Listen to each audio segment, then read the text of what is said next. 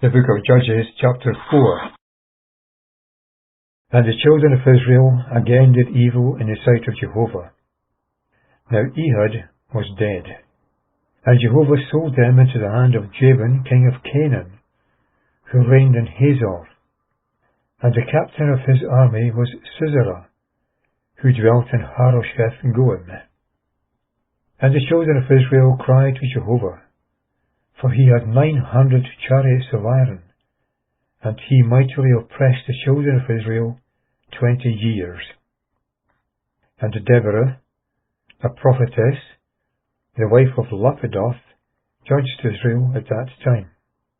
And she dwelt under the palm tree of Deborah, between Ramah and Bethel, in Mount Ephraim.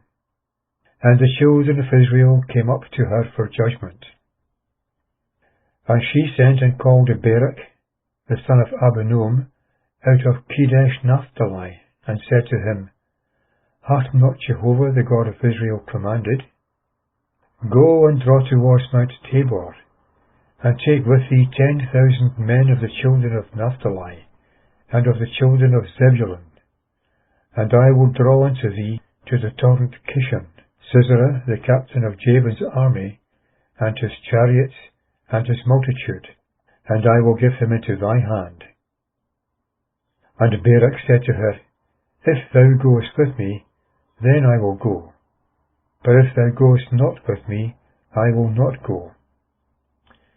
And she said, I will by all means go with thee, only that it will not be to thine honour upon the way which thou goest. For Jehovah will sell Sisera into the hand of a woman. And Deborah arose and went with Barak to Kedesh. Verse 10. And Barak called together Zebulun and Naphtali to Kedesh. And there went up at his feet 10,000 men, and Deborah went up with him. Now Heber the Kenite had severed himself from the Kenites, from the children of Hobab, the father-in-law of Moses, and had pitched his tent as far as the oak of Zaanaim, which is by Kedesh. And he told Sisera that Barak the son of Abinoam had gone up to Mount Tabor. Then Sisera gathered together all his chariots, 900 chariots of iron, and all the people that were with him, from Harosheth Goim to the torrent Kishon. And verse 14.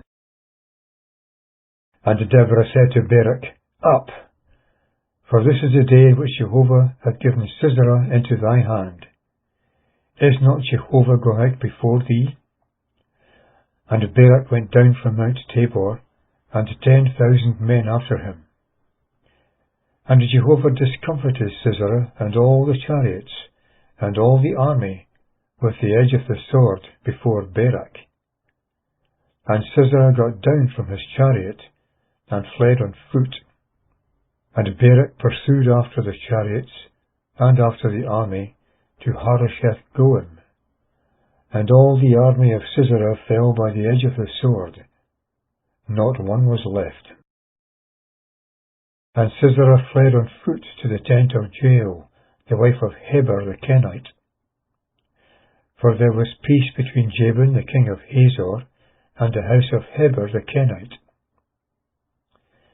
And Jael went out to meet Sisera, and said to him, Turn in, my lord, turn into me, fear not. And he turned into her, into the tent, and she covered him with a quilt. And he said to her, Give me, I pray thee, a little water to drink, for I am thirsty. And she opened a flask of milk, and gave him drink, and covered him.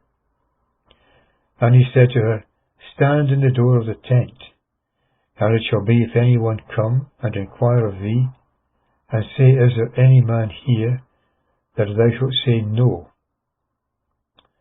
And Jael, Heber's wife, took a tent pin, and took the hammer in her hand, and went softly to him, and smote the pin into his temples, and it penetrated into the ground, for he had fallen into a deep sleep, and was faint, and he died. And behold, as Barak pursued Sisera, Jael went out to meet him, and said to him, Come, and I will show thee the man whom thou seekest. And he went into her tent, and behold, Sisera lay dead, and a pin was in his temples. So God subdued on that day Jabin king of Canaan before the children of Israel. And the hand of the children of Israel ever advanced, and prevailed against Jabin king of Canaan, until they had cut off Jabin king of Canaan.